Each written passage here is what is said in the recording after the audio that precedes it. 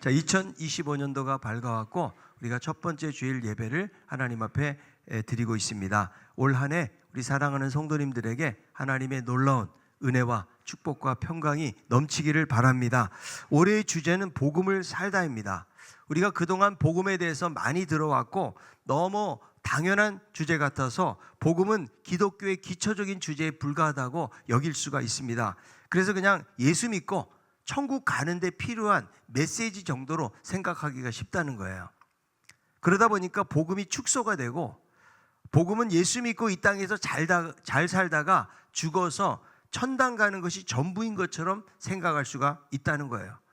복음을 믿어서 사업이 잘 되고, 복음을 믿어서 건강해지고, 복음을 믿어서 인생의 행복과 축복을 얻는 개인적인 복 정도로 여길 수가 있다는 것입니다. 복음이 무엇일까요? 예수님께서 오셔서 선포하셨는데 이 복음은 하나님 나라와 연결이 되어져 있다는 것입니다. 이 하나님의 나라는 보통 천국이죠. 마태복음에서는 천국이라고 표현을 하는데 우리가 죽어서 가는 미래에 대한 천국만 생각하기가 쉬워요. 그렇지 않아요? 여러분, 천국 그러면 미래적으로 받아들인다는 거예요. 그래서 나중에 죽으면 가는 나라, 그리고 지금 살아가는 데는 아무런 상관도 없는 미지의 세계로 받아들이는 경우가 많이 있다는 거예요. 근데 천국의 개념은 단순히 그런 나라만을 의미하는 것이 아니고요, 그리스도께서 왕이 되셔서 통치하시는 나라, 그 나라가 하나님의 나라라고 말씀해주고 있는 거예요. 그래서 예수님께서 오시면서 선포하신 하나님의 나라는 이미 시작이 되었고, 그리고 다시 오시는 주님을 통해서 그 하나님의 나라는 완성이 되는 거예요.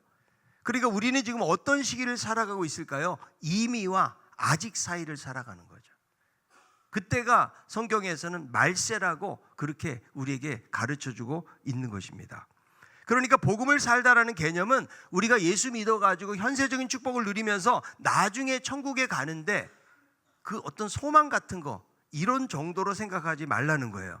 이미 시작된 하나님의 나라에서 예수 그리스도의 통치를 받으며 살아가는 것을 의미하고 있는 것입니다. 우리가 예수 믿고 천국 가는 것이 복음의 핵심이 아니에요. 만약에 이것이 핵심이 된다 그러면 제약된 세상에서 우리는 도피하려고 한다는 거죠. 내가 복음을 받아들이고 예수님을 믿었으니까 나는 이제 하늘나라 가, 천국에 가, 천국의 티켓이 확보가 됐어요. 그러니까 이 땅을 살아가면서는 죄악된 세상 대충 살아가자, 우리에게 맡겨진 사명, 우리에게 맡겨진 책임, 이런 의식을 생각하지 않고 살아갈 수가 있다는 것이죠. 그래서 복음은 우리가 죽은 이후에 영혼 구원을 위한 것뿐만 아니라 이 땅을 살아가면서 하나님 나라의 가치를 실현하면서 살아가는 것을 의미하고 있는 것입니다. 하나님이 원하시는 삶이 무엇일까요? 하나님은 하늘 높은 곳에서 수염을 날리시면서 우리들만 지켜보고 계시는 분이 아니라는 거예요. 예수 그리스도를 통해서 타락한 세상을 회복시키시고 지금도 하나님의 나라를 이루어가고 계시다라는 거예요. 아멘. 지금도 살아계셔서 우리를 다스리시고 통치하시고 구원의 역사를 이루어가고 있다는 것입니다. 그러므로 복음은 하나님과의 단절된 관계를 회복하고 이 땅에서 하나님 나라의 삶을 살아가는 것을 의미하고 있는 것입니다. 그러니까 복음은 개인적인 구원을 이루는 정도에 그치는 것이 아니라는 거예요. 죄로 무너지고 훼손된 세상, 온 우주를 회복시키시고 구속하시는 구원을 말하는 거예요. 이것이 바로 복음의 스케일이라고 말할 수가 있다는 거죠. 그러니까 복음으로 산다는 것은 단순히 내가 그냥 교회 생활 열심히 해서 예배도 잘 드리고 봉사도 열심히 하고 뭐 이런 정도를 의미하는 것이 아니에요. 우리의 삶 속에서 하나님 나라의 생각과 가치를 가지고 그 삶을 살아내는 거예요. 하나님과의 관계 속에서 삶의 의미를 발견하고 그 말씀에 순종하는 삶을 살아가는 것이 바로 복음을 살아가는 것이라고 말할 수가 있습니다. 저는 오늘 이 본문을 통해서 복음으로 산다는 것은 어떻게 사는 것인가? 첫 번째, 복음으로 말미암는 새로운 정체성을 갖는 거예요. 자, 고린도후서 5장 17절에 있는 말씀을 읽어보도록 하겠습니다. 그런즉 누구든지 그리스도 안에 있으면 새로운 피조물이라, 이전 것은 지나갔으니 보라 새 것이 되었도다. 여기에 보니까 그런즉 누구든지라는 거예요. 어떤 사람, 무슨 조건이나 자격이 따르는 것이 아니라는 거예요. 남녀노소, 나이, 성별 상관없어요. 내가 많이 돈을 가지고 있든 없든 몸이 강하든 연약하든 상관이 없다는 거예요. 누구든지 그리스도 안에 있으면 새로운 피조물이 된다. 이 피조물이라는 말은 그냥 만들어진다라는 의미의 말이 아니고 새롭게 창조된다, 이런 의미를 가지고 있어요. 그래서 우리가 번역을 할 때 피조물보다 창조물이라고 해야 훨씬 더 본문을 명확하게 볼 수가 있는 것입니다. 자, 그러니까 이 피조물이라는 말은 무엇입니까? 하나님의 형상을 따라 하나님이 피조물을 잘 만드신 거죠. 그런데 인간이 타락함으로 하나님의 형상이 깨어진 거예요.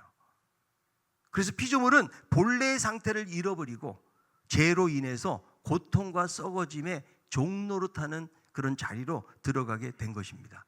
그런데 예수 그리스도가 오심으로 완전한 회복과 재창조가 이루어진 거예요. 예수님을 믿음으로 잃어버린 형상이 회복이 된 것입니다. 에베소 2장 10절에 있는 말씀, 그가 만드신 바라 그리스도 예수 안에서 선한 일을 위하여 지으심을 받은 자니 이 일은 하나님이 전에 예비하사 우리로 그 가운데서 행하게 하려 하심이니라. 그러니까 예수 안에서 새롭게 지음을 받은 자가 되었다. 새로운 창조물, 뉴 크리에이션이라고 그렇게 말하고 있어요. 그러니까 우리는 새로운 창조물이 되어서 새로운 정체성을 갖게 된 것입니다. 자, 미국에 이민 가서 오래 살면은 시민권이 나오거든요. 이게 한국 사람이라 할지라도 미국의 시민이 되는 거예요. 근데 이 시민권을 따기 위해서는 영어 능력 시험도 봐야 되고 미국의 역사와 정부에 대한 기본적 지식을 평가하는 시험을 봐야 됩니다. 그리고 중요한 것이 미국 헌법의 원칙에 대한 충성을 맹세하고 충성 서약을 한다는 거죠. 이제는 미국 사람의 정체성을 가지고 살겠다라고 결단을 한다는 거예요. 자, 우리들도 예수님 믿고 천국의 시민이 되었어요. 그런데 일단 시험을 안 보는 것이 얼마나 감사한지 몰라요. 그죠? 우리가 행위로 구원받고 무슨 자격이 있어서 구원을 받는다 그러면 누가 하늘의 시민권을 딸 수가 있겠어요? 그래서 성경은 뭐라고 말해요? 누구든지 그리스도 안에 있으면 하늘의 시민권을 갖게 된다고 말씀해주고 있는 것입니다. 빌립보서 3장 20절이에요. 그러나 우리의 시민권은 하늘에 있는지라 거기로부터 구원하는 자 곧 주 예수 그리스도를 기다리노니. 그래서 새로운 피조물이 되었다는 것은 무엇을 말하는 거예요? 이제는 새로운 하늘의 정체성, 시민권을 가진 자로서 살아가는 것을 말하는 거예요. 그러니까 나의 정체성은 뭐라고요? 하늘의 시민이에요.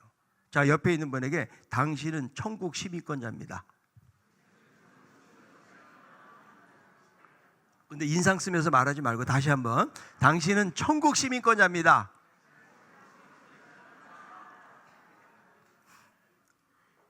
그렇게 믿습니까? 네. 여러분, 우리 신분증을 아이디 카드라고 그러잖아요. 그러니까 신분을 증명해주는 증명서를 말하는데 신분증은 그 사람이어야 되는 거예요. 그 사람의 본래의 모습을 담고 있어야 되고 변하지 않아야 된다는 거죠. 자, 신분증인데 그 사람의 본래의 모습이 아니거나 변한다면 신분증 역할을 할 수가 없는 거예요.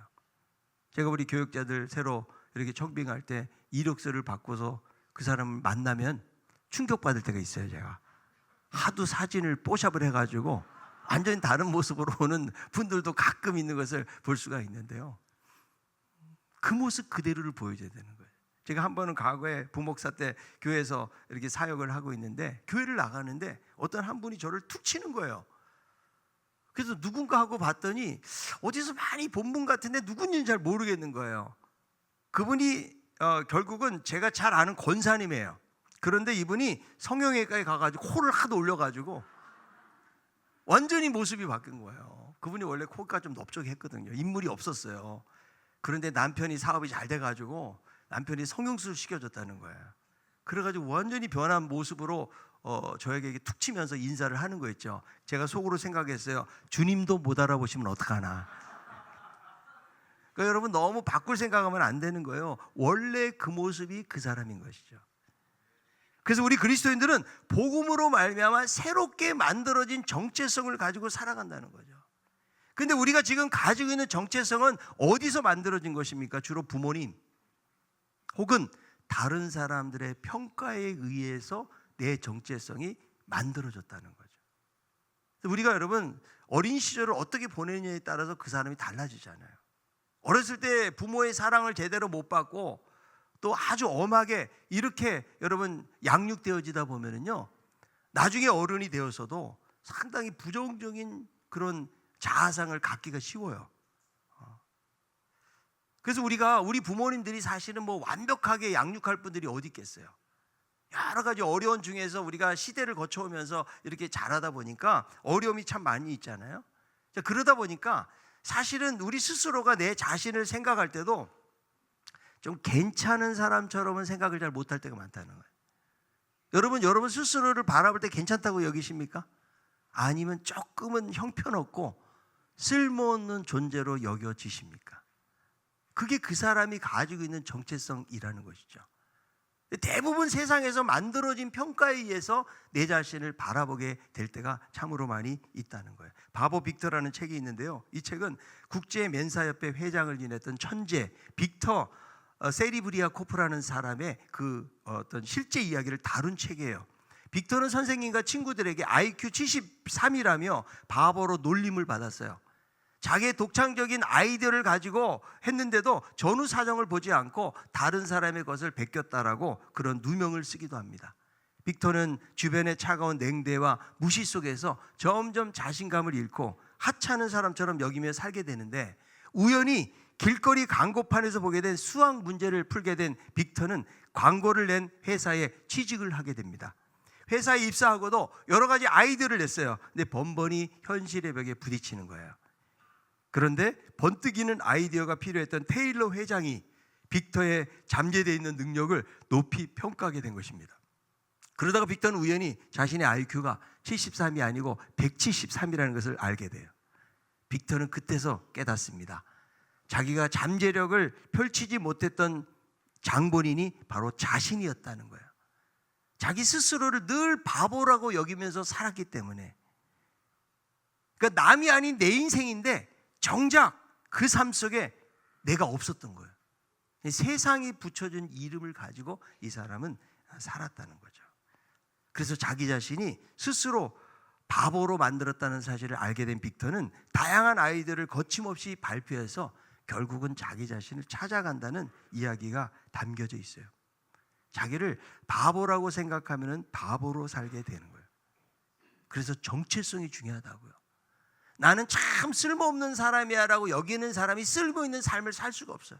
그 사람은 여전히 쓸모없게 하찮게 스스로를 여기면서 살아갈 수가 있다는 거죠. 우리들도 다 이런 정체성을 가질 수가 있는데, 말씀을 보면 그리스도 안에서 하나님이 우리에게 새로운 정체성을 주셨다는 거예요. 그것이 무엇입니까? 복음 안에서 새로운 창조물이라는 정체성, 새로운 신분, 새로운 가치를 우리에게 부여해 주셨다는 거예요. 자, 베드로전서 2장 9절은 그래서 이렇게 말씀합니다. 그러나 너희는 택하신 족속이요 왕 같은 제사장들이요 거룩한 나라요 그의 소유가 된 백성이니 이는 너희를 어두운 데서 불러내어 그의 기이한 빛에 들어가게 하신 이의 아름다운 덕을 선포하게 하려 하심이라. 여기에 보니까 택하신 족속이요 왕 같은 제사장이요 거룩한 나라 소유된 백성이라고 말씀하는 거예요. 이게 신약에서 우리 믿는 성도들에게 주시는 하나님의 정체성이라는 거죠. 그러니까 사람은 자기를 어떻게 의식하느냐에 달라진다고 그랬잖아요. 이제 우리들은 옛사람이 아니라는 거예요.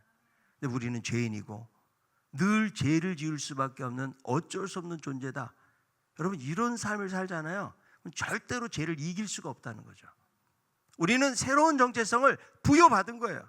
우리는 죄인이었지만 예수 그리스도께서 그 죄의 문제를 해결하셔서 새로운 창조물로 살게 하셨기 때문에 이제는 새 사람이 된 거예요. 그 새 사람의 정체성을 가져야 우리가 죄악 가운데서 승리하는 삶을 살게 되는 거예요. 그리스도 안에 있다는 것은 무엇을 말해요? 주님과 영적으로 연합하고 하나가 되어서 존재 자체가 변화가 된 거예요. 그러니까 내가 그냥 예수 믿어가지고 내가 도덕적으로 약간 개선이 되거나 아니면 내가 윤리적으로 조금 좋은 사람이 되는 것을 말하는 것이 아니라고요. 완전히 새롭게 된 창조물이라고요. 그렇게 믿어지시나요?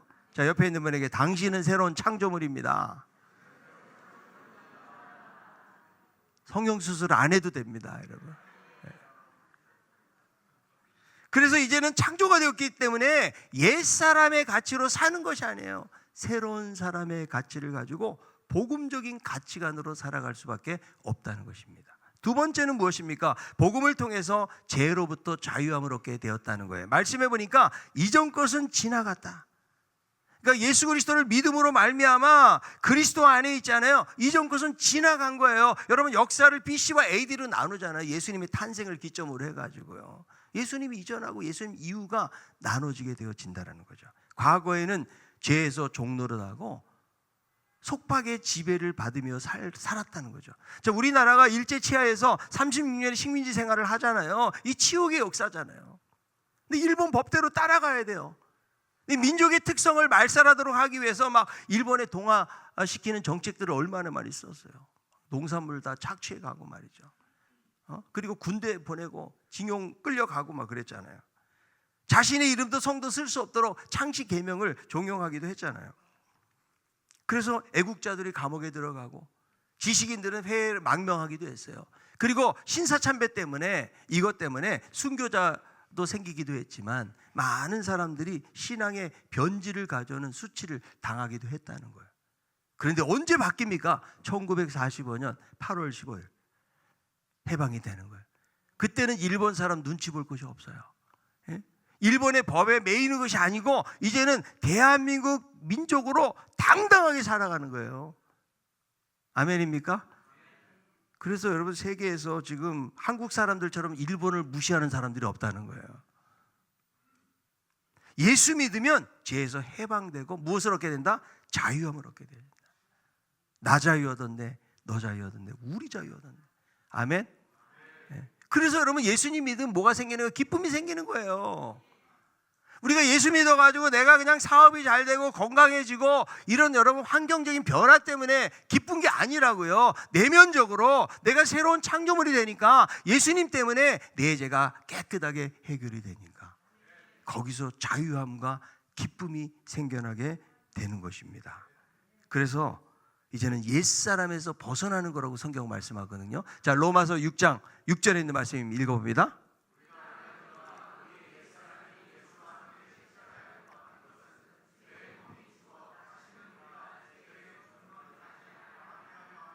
죄의 몸이 어떻게 했다고요? 죽었다는 거예요. 다시는 죄의 종의 노릇을 하지 않게 되신다. 더 이상 죄책감이나 실패에 매이지 않고 이제는 예수 안에서 새로운 삶을 살게 되어지고 이제는 하나님의 종이 되었기 때문에 자유함을 얻어서 우리가 맺는 열매는 어떤 열매예요? 거룩함에 이르는 열매를 맺게 된다. 자, 로마서 6장 22절이에요. 그러나 이제는 너희가 죄로부터 해방되고 하나님께 종이 되어 거룩함에 이르는 열매를 맺었으니 그 마지막은 영생이라. 아멘. 은혜로 말미암아 우리의 삶이 완전히 바뀌게 되었다고 성경은 말씀하는 거예요. 산다는 것이 황홀하다는 그런 책이 있어요. 손가락 3개만 달린 오른팔을 가지고 태어난 일본 여인 다하라 요네코의 자서전적인 고백입니다. 그녀는 절망과 한숨 가득한 삶을 살았어요. 절망감 때문에 잠을 이루지 못하니까 날마다 수면제를 많이 모아서 자살을 준비하고 죽이려고 하는 거예요. 근데 어느 날 다하라 아키토시라고 하는 신학생의 전도를 받게 되는데, 그때 읽은 성경이 고린도서 5장 17절이에요. 누구든지 그리스도 안에 있으면 새로운 피조물이라. 이전 것은 지나갔으니 보라 새 것이 되었다. 이 말씀을 읽고 은혜를 받고 나니까요, 어떻게 바뀌는지 아세요? 그동안 자기의 처지만 늘 그냥 원망했던 그런 삶이 아니고 이제 바뀌게 되는 거예요. 이전에는 없었던 것만 원망하고 불평하는 거죠. 자, 우리들도 살다가 보면 부족한 것들이 있잖아요. 없는 걸 가지고 불평하다 보면 한두 가지가 아니에요. 그런데 예수님 믿고 은혜 받으니까 있는 것을 가지고 감사하는 거예요. 아, 내가 오른팔이 있고 손가락 3개라도 있으니까 이것이 감사하다. 이러면서 이분의 고백이 뭐냐면, 산다는 것은 행복한 것이 아니고 황홀한 것이다라고 고백하는 거예요. 여러분, 예수님을 믿는 것은요, 행복한 것이 아니고 황홀한 거예요. 자, 옆에 있는 분에게 예수님을 믿는 것은 황홀한 것입니다. 그리 믿습니까? 아멘. 네. 우리가 이전에는 나를 위해서 살았어요. 나의 만족을 위해서 살았다고요. 근데 여러분, 이 세상을 살면서 나의 만족을 위해서 살아보세요. 얼마나 우리에게 기쁨이 있는가. 하나님 없이 나의 만족을 위해서 사는 사람들의 고백은 뭐예요? 헛되다는 거예요. 모든 것이 허물을 경험하게 되거든요. 그러나 이제는 내가 사는 것이 아니요, 오직 내 안에 누가 사신다? 그리스도께서 사신다. 주님이 내 안에 사시고 이제는 새로운 피조물로 살아가는 관계가 되었다고 말씀해주고 있다는 거예요. 이제는요, 삶의 방향이 바뀐 거예요. 삶의 목적이 바뀌고 우선순위가 바뀐 거예요. 과거는 죄에 매이고 자신을 위해 살았지만 성경은 뭐라고 말해요? 이전 것은 지나갔어요. 그러니까 우리들은 어떻게 사는 거예요? 하나님을 위해 살고 이웃을 위해서 사는 사람으로 바뀌게 되었고, 세상 나라만을 위해서 사는 것이 아니에요. 하나님의 나라, 궁극적으로 하나님의 나라를 위해서 사는 사람들로 바뀌게 되었다는 거예요. 여러분, 나의 삶에서 여전히 이전 것을 붙잡고 있는 것은 없습니까? 버릴 것을 버려야 돼요. 뒤의 것은 잊어버리고 앞을 향해서 나아가야 돼요. 요즘 여러분, 정신적인 질병을 가지고 있는 분들이 많이 있잖아요. 왜 그럴까요? 거의 과거에 매여 있어요. 과거의 상처, 과거의 복수심, 누구 용서하지 못하는 거, 과거의 죄의 문제, 여기에 매여 있다 보니까 현재 나의 심령 상태가 그 매여 있는 거예요. 그러니까 진정한 자유함을 누리지 못한다는 거예요. 우리 모두는 고백할 수 있기를 바랍니다. 이전 것은 지나갔다. 예. 여러분, 날마다 옛날 일 생각하지 마세요. 과거를 생각하지 말고 이제 앞으로 나아갈 거를 생각을 해야 돼요. 그런데 우울증 걸리잖아요. 그러면 늘 과거 생각해. 그리고 앞으로의 미래도 어둡다라는 생각을 하고 있거든요. 그러나 우리는 이전 것은 지나갔기 때문에 과거의 일들은 묻어버리세요. 한번 지나온 거 여러분 후회한다고 뭐 변화가 되는 게 하나도 없어요. 이미 지나온 것은 묻어버리고 이전 것은 지나갔다. 이제 우리는 죄의 종이 아니다. 우리는 사망의 종이 아니다. 이제는 하나님께만 매여 있다. 이전 것은 지나갔다. 이제 주님만 따라가자. 여러분, 이런 고백으로 세상적 가치가 아니고 복음의 가치를 따라 살아갈 수 있기를 바랍니다. 마지막 세 번째로는 복음으로 새로운 삶을 살게 되는 거예요. 보라, 이제 새 것이 되었도다. 새 것과 옛 것은 같이 갈 수가 없습니다. 여기에 보라가 나오잖아요. 보라. 이 보라라는 말은 감탄사거든요. 그러니까 보라, 그리스도 안에서 새 것이 되었다고 감탄하고 있는 거죠. 여러분, 해가 바뀌면 나이가 달라지지 않아요? 자, 작년 달력 계속 쓰는 분 계십니까? 그럼 버리는 거예요. 2025년도 새 달력을 거는 거죠. 내가 목욕하잖아요. 목욕한 다음에 여러분, 입었던 옷을 또 입습니까? 물론 빨래 안 하려고 그런 분도 계시긴 해요. 그러나 우리는 새 옷을 입잖아요. 우리 교회도 어때요? 현수막이 바뀌어서, 강단 현수막이 주제가 바뀌었어요. 왜? 새로운 해가 되었기 때문에 그렇다는 거예요. 그래서 우리들도 무엇이 달라졌는가? 그러니까 새 것이 되었다는 것은 단순히 그냥 복음에 대해서 감격하는 것으로 끝나는 것이 아니고 우리의 삶 속에서 새로운 삶을 실천하고 행동해 가는 것을 의미한다는 거죠. 자, 에베소서 4장 22절부터 읽어봅니다. 너희는 유혹의 욕심을 따라 썩어져 가는 구습을 따르는 옛사람을 벗어버리고 오직 너희 심령이 새롭게 되어 하나님을 따라 의와 진리의 거룩함으로 지으심을 받은 새 사람을 입으라. 옛사람은 어떻게 하고? 벗어버리고. 그리고 왜 과거의 그 누추한 옷을 또 입으려고 해요? 다시는 그 습관을 따라가면 안 돼. 벗어버리고 이제는 주님 안에서 새로운 옷을 입고, 새로운 옷을 입는다는 건 뭐예요? 새로운 행동을 가지고 살아간다는 것을 의미하고 있다는 거예요.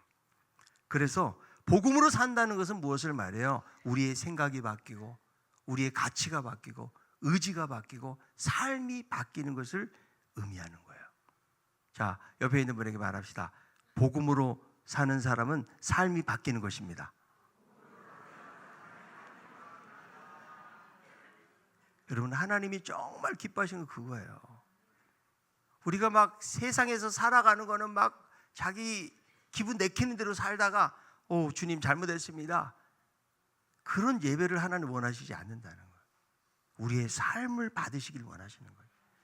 그래서 내가 복음으로 이제 새롭게 되었기 때문에 내가 행하는 모든 일들이 정말 말씀의 가치를 따라 살아가는 삶으로 변화가 되어야 된다는 거예요. 여러분, 신약학자 김세원 교수가 있는데 이분 세계적인 신학자인데요. 현대 교회와 교인들에게 이런 말 합니다. 캘리포니아 복음을 경계하라. 이 캘리포니아는 미국에서 아주 날씨도 좋고 아주 따뜻하고 또 사람 살기 너무 쾌적한 도시거든요. 근데 캘리포니아 복음이 무엇인가 하면 풍요롭고 향락적인 삶을 기대하는 모습, 이것만 원하는 거예요. 그러니까 예수님 믿으면은 사업 잘 되고 건강해지고 영혼도 잘 되고 이런 쪽으로, 번영 쪽으로만 바라보는 거죠. 그러니까 거기에는 무엇이 안 들어가요? 십자가가 없는 거예요. 죄에 대해서 들어갈 곳이 없는 거죠.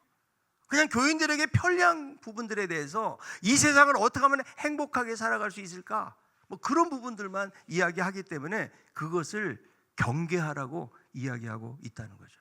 그런데요, 그렇게 여러분 전하다 보면은 오히려 사람들이 몰려간다는 거예요. 그러니까 예수님 말씀에 어떤 말씀이 있어요? 넓은 길, 거기는 사람이 많이 간다는 거예요. 그러나 내가 너희들에게 주는 길은 좁은 길이다. 그 좁은 길은 십자가의 길이고 고난의 길이고 좁고 협착하기 때문에 찾는 사람들이 없다라고 말하는 거예요. 여러분, 복음의 정신은 무엇일까요? 우리가 그냥 풍요롭고 번영되고 잘 사는 삶이 복음의 전부일 수 없어요. 그건 하나님이 부수적으로 우리에게 필요하면 저는 주시는 거라고 생각이 들어요. 아멘? 네. 우리는 복음적 가치를 가져야 돼요. 성경적 세계관을 가져야 돼요. 그래서 하나님 말씀 안에서 사는 것이 어떤 길인가, 십자가의 길이 어떤 길인가, 이것을 생각하고 고민하고 나아가야 된다는 거예요. 근데 오늘날 점점 이 시대가 복음의 정신을 잃어가고 있다는 거예요. 어떤 교회는요, 교인들이 봉사하는 게 하나도 없대요. 전부 다 용역을 주는 거예요. 그러니까 그분들은 와서 그냥 예배만 드리고 가라는 거예요. 말씀이 중요하기 때문에. 뭐 그것도 일리가 있겠죠. 그러다 보니까 복음의 정신을 잃어버리는 거예요. 내 교회를 내가 가꾸고 내가 세워가고 내가 책임지고 내가 봉사하고 내가 사역하는 이런 정신들이 없어졌다는 거예요. 요즘 여러분 조금만 교회에서 불편하게 하잖아요. 교회 안 나와요. 주차장 좀 불편하고 또 뭐 교회 좀 생활하다가 조금 문제가 있잖아요. 그러면 그냥 교회 옮겨버려요. 여러분, 그런 철새 교인이 되어서는 절대로 안 돼요. 우리는 복음의 정신을 가지고 주님을 따라가는 사람들. 아멘? 네. 그 길이 당장에 우리에게 주어진 길은 고난의 길 같지만 그러나 주님이 우리에게 말씀하신 길이에요. 그 복음의 정신은 무엇입니까? 내가 수고하고 희생하고 땀을 흘리는 거예요. 하늘의 밀이 땅에 떨어져서 죽지 않으면 그대로 있고 죽으면 많은 열매를 맺느니라. 이 복음 정신을 가지고 우리가 직장에 들어가서도 열심히 일해야 돼요. 우리는 가정에서도 이 복음의 정신을 가지고 마음이 하나 되도록 서로가 만들어 가야 돼요.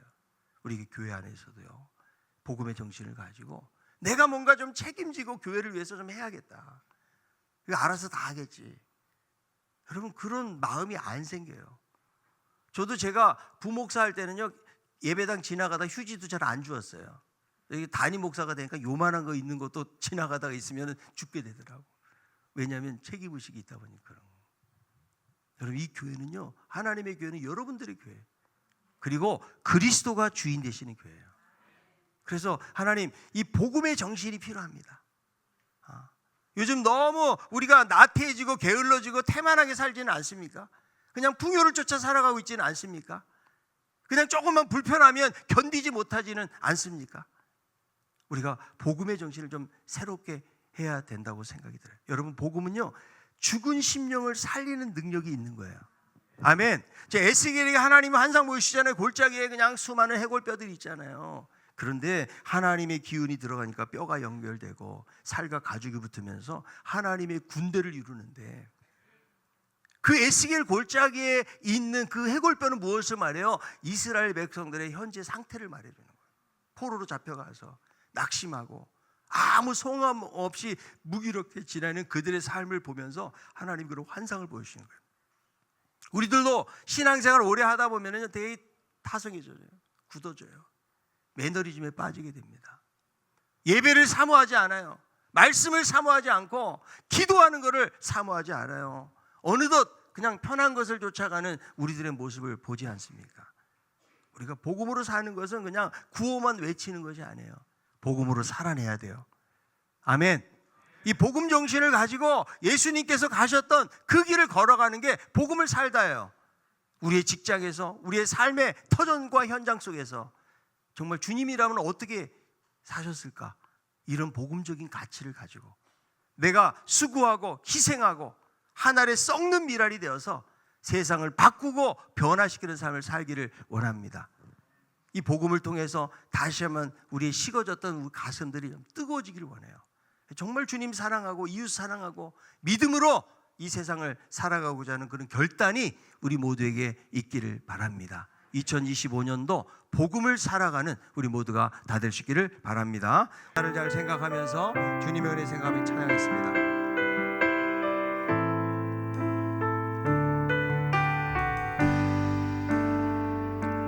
어둠 속에 매이던 내 영혼 갈 길 몰라 방황할 때에 주의 십자가 영광의 그 빛이 나를 향해 비추어 주셨네. 주원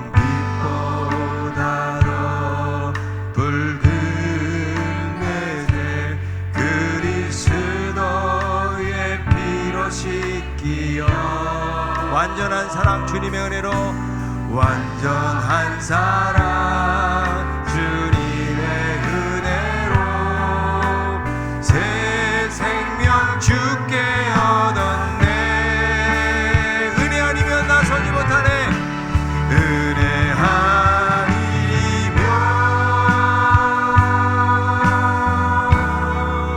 나서지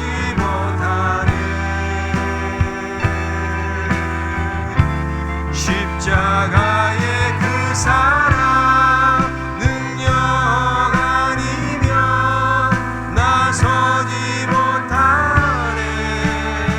은혜 아니면 나서지 못합니다. 은혜 아니면 나서지 못하네.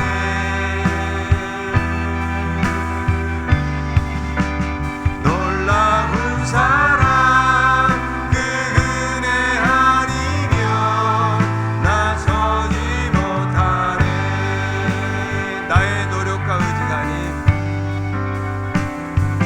나의 노력과 의지가 아닌 오직 주님의 그 뜻 안에서 의로운 자라 내게 말씀하셨네.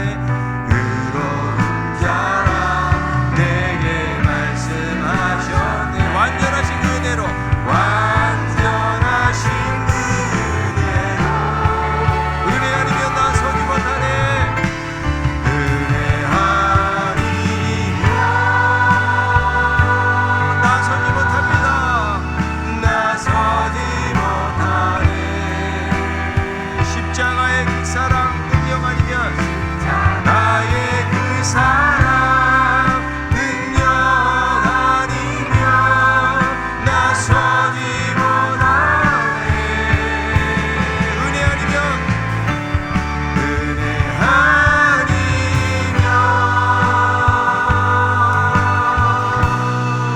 나서지 못하네. 완전한 사랑 완전한 사랑 그 은혜 아니면 나서지 못하네. 어둠 속 헤매던 내 영혼 갈 길 몰라 방황할 때 어둠 속 헤매던 갈 길 몰라 방황할 때 갈 길 몰라 방황할 때에 주의 십자가 영광의 그 빛이 주의 십자가 영광의 그 나를 향해 비춰주셨네. 나를 향해 비추어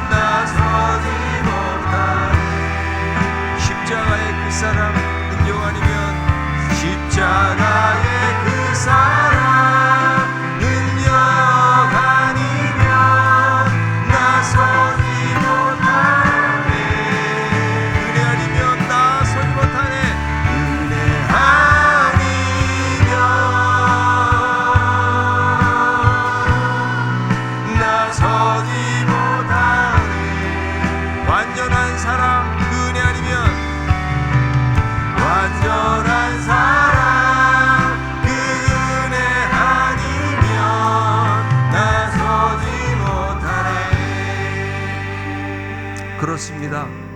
우리는 주님의 은혜가 아니라면 이 자리에 설 수가 없어요. 주님께서 은혜 가운데서 우리들을 구원해 주셔서 이제는 새로운 창조물로 살게 해주신 것을 감사합니다.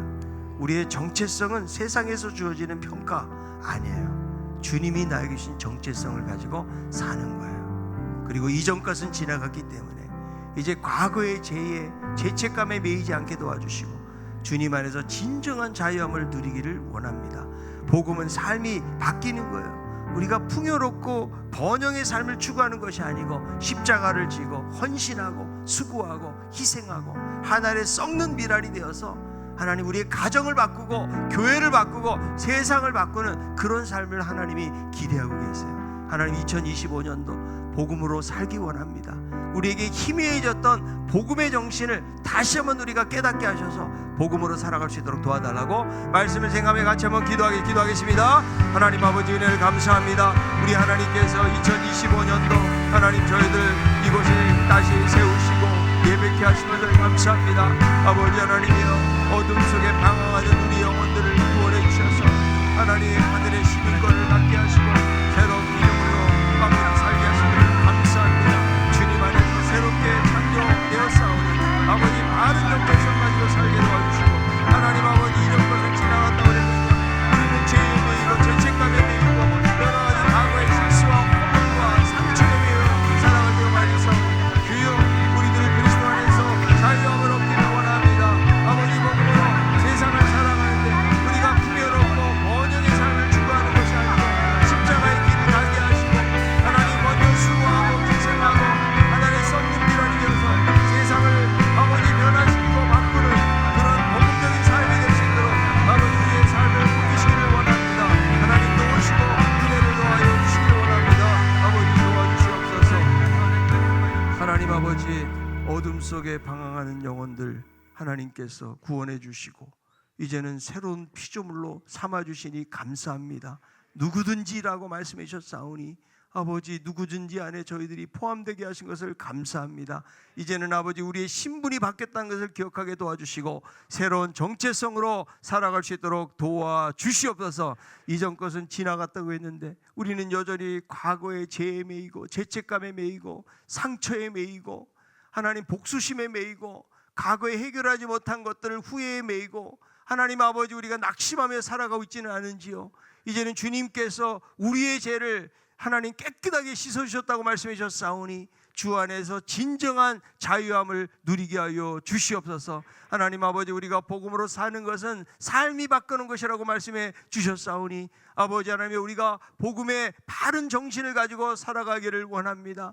하나님 세상을 쫓아가고 풍요롭고 번영만을 꿈꾸는 삶이 되지 않게 하여 주옵시고 십자가를 지게 하시고 좁은 길 협착한 길을 우리가 걸어가게 하시고 하나님 주님처럼 우리들도 수고하고 희생하고 하나님 땀을 흘리게 하시고 눈물을 쏟게 하여 주시옵소서.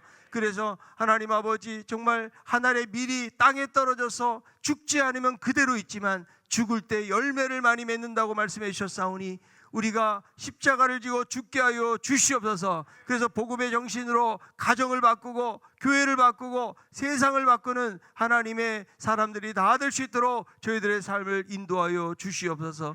2025년도를 시작하면서 하나님 아버지 나라도 이렇게 시끄럽습니다. 하나님 갈 바를 알지 못하는 가운데 있사오니 주께서 그 방향을 주시고 하나님 대한민국을 붙들어 주시기를 원합니다.